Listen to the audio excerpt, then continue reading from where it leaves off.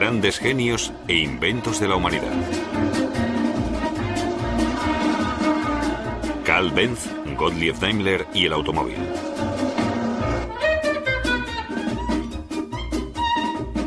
El automóvil ha marcado nuestra época más que ningún otro invento.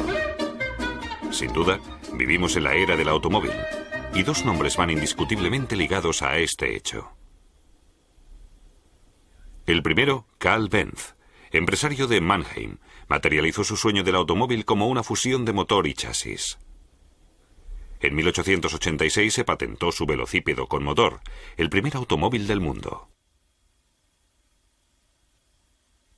El segundo, Gottlieb Daimler, tuvo en Stuttgart la visión de un motor de combustión para la propulsión de cualquier vehículo posible, ya fuera de tierra, agua o aire. Su motor de gasolina de 4 tiempos se patentó en 1886. Es una casualidad histórica. Los dos pioneros del automóvil nunca se llegaron a conocer y desarrollaron sus estudios a solo 130 kilómetros de distancia, en la misma época, cada uno a su manera. La fabricación del vehículo automotor, el automóvil, es obra suya. Sin embargo, la idea era mucho anterior. Los coches de viento, según las representaciones de su creador, debían avanzar movidos por la fuerza del viento. Antes de estas construcciones de los siglos XV y XVI, ya existían planos de vehículos de propulsión humana, en cuyo fuselaje los hombres debían hacer arduos esfuerzos para avanzar. En el siglo XVIII surge con el vehículo a vapor una fuente impulsora transportable. Nicolas Cugnot construyó el primer vehículo a vapor, un remolque ideado para el transporte del glorioso ejército francés. Pero el viaje de prueba no tuvo un final demasiado glorioso.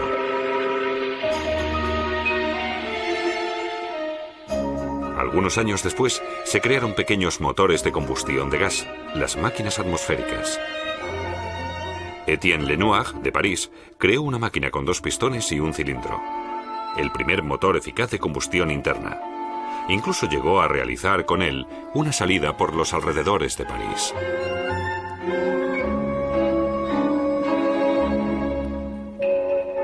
Nicolaus August Otto siguió los 3 tiempos de trabajo de Lenoir en el motor de gas: la admisión, la compresión y la ignición. Y añadió un cuarto: el escape. El ciclo de 4 tiempos fue un éxito. El motor monocilíndrico de Otto de 1876 alcanzaba 3 caballos de potencia a 200 revoluciones por minuto, aproximadamente el triple que la máquina de Monsieur Lenoir.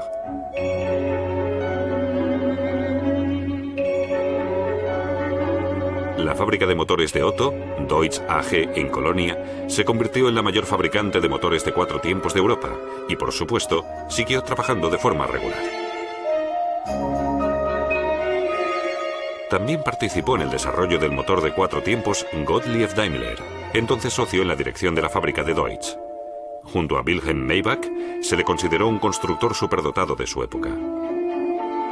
Maybach y Daimler se dieron cuenta de que el motor de 4 tiempos ponía por fin a su disposición la tan buscada fuente impulsora para los vehículos. El ciclo de Otto, uno de los inventos del siglo.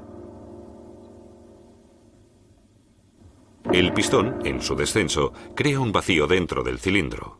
A través de una abertura de admisión, penetra en él la mezcla aire-combustible. Después, en su ascenso, el pistón comprime la mezcla que en ese momento se inflama. La mezcla inflamada explota y el pistón es impulsado hacia abajo, liberando energía. El cigüeñal vuelve a girar después de la explosión. Y en el último tiempo, los gases son expulsados por el ascenso del pistón.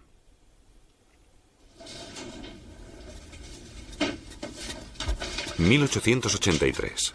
Hacía un año que Daimler había dejado la fábrica de motores de Deutz para emprender su propio camino en Stuttgart. Daimler invirtió todo su capital en un único objetivo: conseguir mejorar el motor de 4 tiempos haciéndolo más ligero y compacto. Para poder aumentar al mismo tiempo la potencia del motor, Daimler aplicó combustible líquido en lugar de gas y un nuevo encendido por tubo incandescente. Con ello, el pequeño motor alcanzaba 1 caballo de potencia. La gasolina se vaporizaba en un carburador de flotador y se mezclaba con aire, antes de su compresión y su combustión en el cilindro.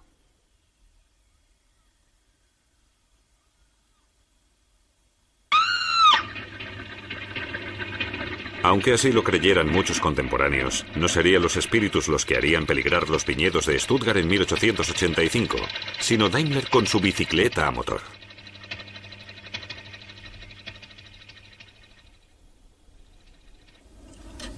Casi paralelamente, el fabricante Carl Benz culminó en Mannheim su obra maestra, sin saber que era muy parecida al trabajo de Daimler. Benz también perfeccionó el motor de 4 tiempos de Otto. A diferencia de Daimler, él inventó un sistema de encendido eléctrico que funcionaba con una bujía y permitía un número enorme de revoluciones.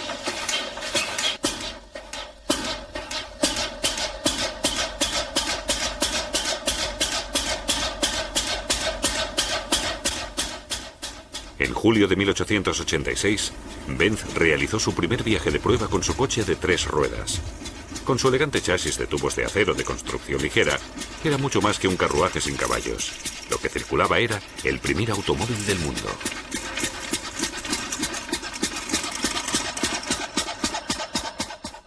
Desde el momento de su culminación, este prototipo estaba preparado para fabricarse en serie.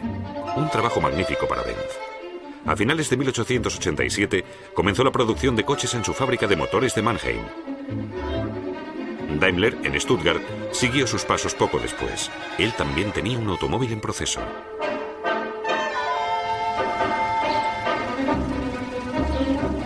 La anticuada construcción de madera del carruaje a motor delataba sus raíces en los coches de caballos. Estaba dotado de un motor de 1,1 caballos situado en el eje trasero.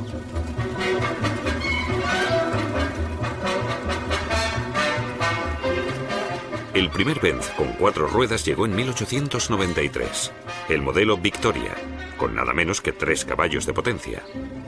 Pero en aquella época en Alemania impresionó a muy pocos. Apenas tuvo compradores. Conducir un coche se consideraba impropio.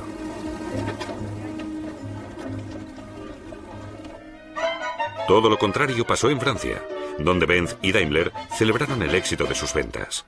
La primera carrera automovilística del mundo se celebró en tierras francesas, París-Burdeos y vuelta. También participaron coches de vapor y vivieron su particular Waterloo. Los nuevos coches de gasolina les ganaron de forma aplastante. El ganador del recorrido de 1.200 kilómetros, un coche con un motor Daimler.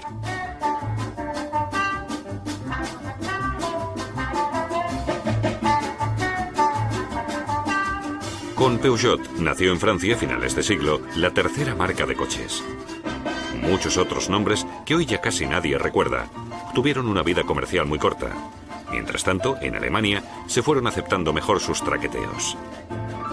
Incluso Su Majestad, el emperador Guillermo II, consideró el automóvil digno de trasladarle a la última moda a las inspecciones de las tropas.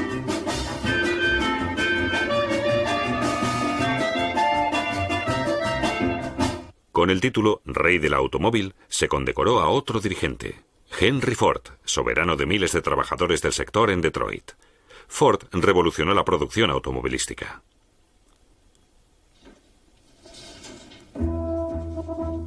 A principios del siglo XX, el automóvil era, con 5.000 piezas, uno de los productos más complicados.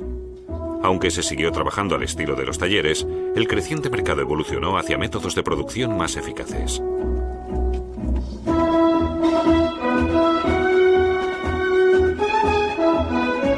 En 1913, Ford introdujo la cadena de trabajo para la fabricación de su modelo T. Los resultados fueron asombrosos. Ford completaba el montaje de un chasis con los ejes, los resortes y el motor en la quinta parte del tiempo que necesitaba antes.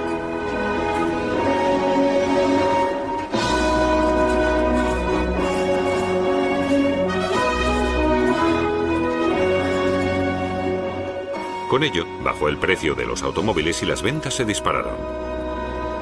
Ya no había que ser emperador para tener un coche, pero los que lo tenían se sentían como tales.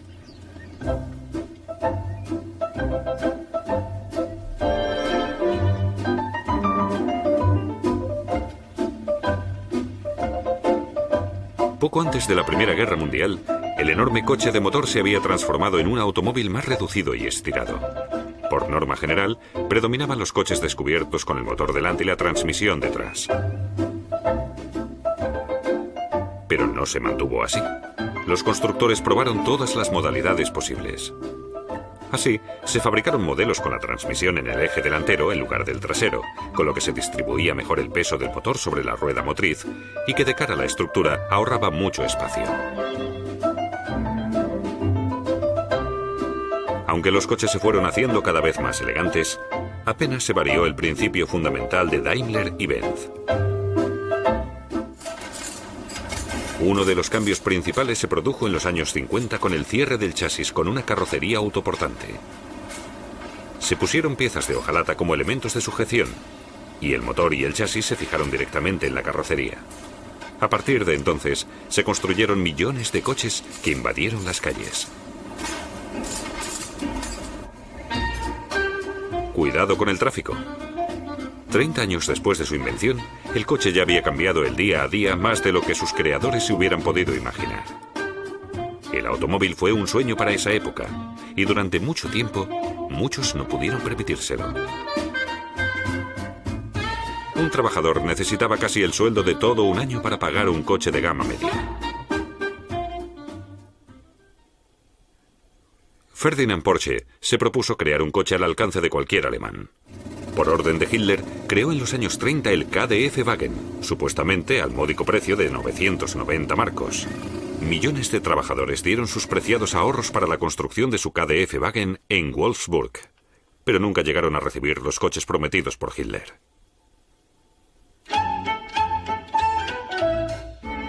En cuanto acabó la guerra, los alemanes viajaron con sus KDF-Wagen hacia el milagro económico y, sobre todo, hacia Italia.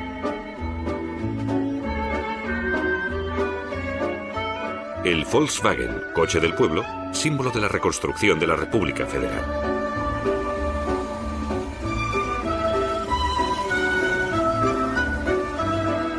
Había comenzado la etapa de la motorización masiva, y con ella surgieron nuevos desafíos. La seguridad de los pasajeros se convirtió en una de las mayores prioridades en la fabricación. La idea de la seguridad más joven es el airbag, el despliegue fulminante de una bolsa de aire. Impensable sin la electrónica. Al igual que el sistema ABS, que impide que las ruedas se bloqueen al frenar.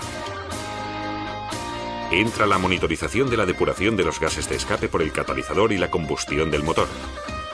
Todo para posibilitar una fabricación menos contaminante. Se está investigando el uso de nuevas fuentes de energía. Las reservas de petróleo de la Tierra se agotan. La energía eléctrica aún no puede competir a nivel económico. La energía hidráulica presenta aún muchas dudas prácticas, como el aprovisionamiento.